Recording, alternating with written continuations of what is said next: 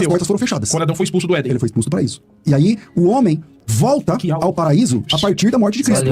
Então, por isso que lá em Efésios capítulo 4 fala assim, por isso subindo ao alto, levou cativo o cativeiro, deu dons aos homens. A ideia do cativo cativeiro está preso nesse texto de Ezequiel 31, onde o paraíso está nas partes baixas por conta do pecado, e Jesus, na sua morte e ressurreição, ele paga a conta do pecado do homem e leva cativo o cativeiro e dá dons aos homens, e o primeiro homem que consegue entrar nesse paraíso é o ladrão arrependido, o bandido, o bom ladrão, como dizia o padre Antônio Vieira. Ele falava o bom ladrão. O ladrão arrependido. E aí ele volta a acessar o paraíso. E aí lá na visão de Paulo, na segunda carta aos Coríntios, capítulo 12, ele fala assim, ó, lembra que eu vi coisas inefáveis. Mesmo homem, se no corpo não sei, ou fora do corpo não sei. Aí ele fala assim, esse tal homem foi ao terceiro céu. E viu lá coisas que é o paraíso. Ele fala, foi ao terceiro céu, que é o paraíso. Então o paraíso muda de lugar na Bíblia. Ele já esteve aqui na Terra. Então, um dia ele foi embaixo. Lá, primeiro ele estava lá no Éden, dentro do Éden. Depois, por conta do pecado, ele desce as partes baixas. A base é Ezequiel, capítulo 31, gente, eu não tô tirando da minha cabeça, tô lendo aqui os textos. Perfeito, certo? Ó, versículo 16, ao som da sua queda, fiz tremer as nações, quando fiz passar para o além, e a palavra lá é Sheol, com os que descem a cova, todas as árvores do Éden, a fina flor, as melhores do Líbano, todas as que foram regadas à água, e tal, foram lançadas nas profundezas da terra. Que é muito parecido com a visão que Jesus passa lá em Lucas capítulo 16, versículo 19, o rico Lázaro. Sim. Então você tem ali, havia um certo... Essa questão dos céus, vocês têm que enxergar de maneira cognitiva, conscienciológica. Tá suave, Renan, só ver aqui que não aparece forma. Eu acho que Deus tá certo aqui, já deu certo.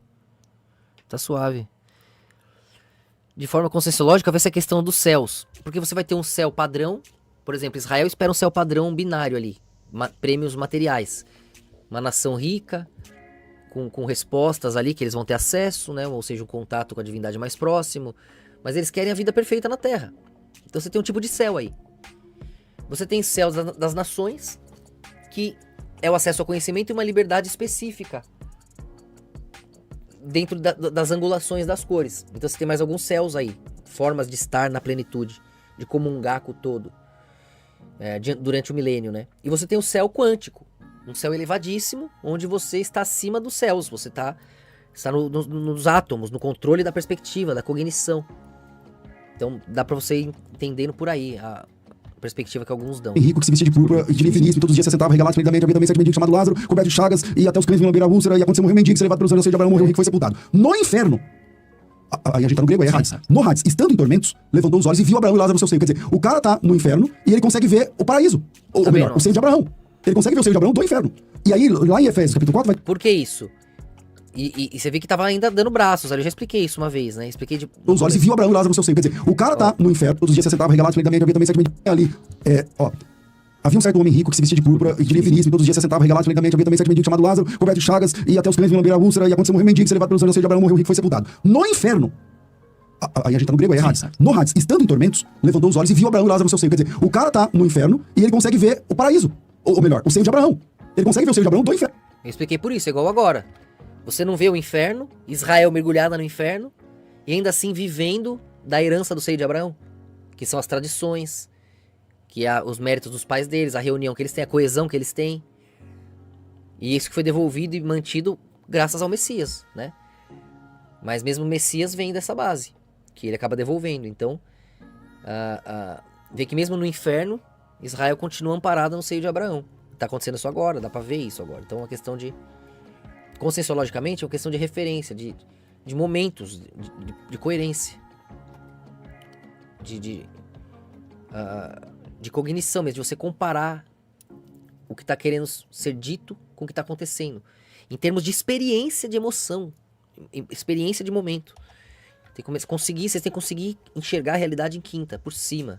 Porque todo o resto, como a gente viu, é efeito Mandela. Todo o resto é perspectiva e administração de um centro que domina.